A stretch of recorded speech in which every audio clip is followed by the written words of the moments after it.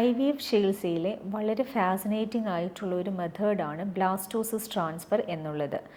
ആദ്യം നമുക്ക് ബ്ലാസ്റ്റോസിസ്റ്റ് എന്താണെന്ന് നോക്കാം. IVF ചികിത്സയുടെ ഭാഗമായി അണ്ഡം ശേഖരിക്കുന്ന പ്രൊസീജിയറിനെ ഓവം പിക്കപ്പ് അല്ലെങ്കിൽ OPU എന്നാണ് പറയുന്നത്. ആ ദിവസം തന്നെ നമ്മൾ മെയിൽ പാർട്ട്ണറുടെ സിമൻ കളക്ട് ചെയ്യും.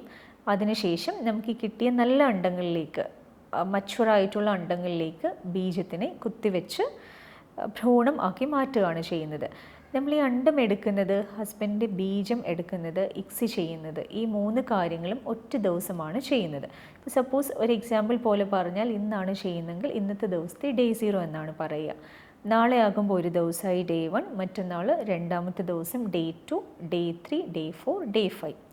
അപ്പോൾ ഈ ഡേ 0യിൽ ഇക്സി ചെയ്ത് വച്ചിരിക്കുന്ന അണ്ഡങ്ങൾ നമ്മൾ 5 ദിവസം വരെ ലാബിൽ വെച്ച് വളർത്തിയെടുക്കുന്നതിനെയാണ് ബ്ലാസ്റ്റോസിസ്റ്റ് കൾച്ചർ എന്ന് പറയുന്നത്. 5 ദിവസം പ്രായമായ ഭ്രൂണങ്ങളെ യൂട്രസിലേക്ക് ട്രാൻസ്ഫർ ചെയ്യുന്നതിനെയാണ് ബ്ലാസ്റ്റോസിസ്റ്റ് ട്രാൻസ്ഫർ എന്ന് പറയുന്നത്.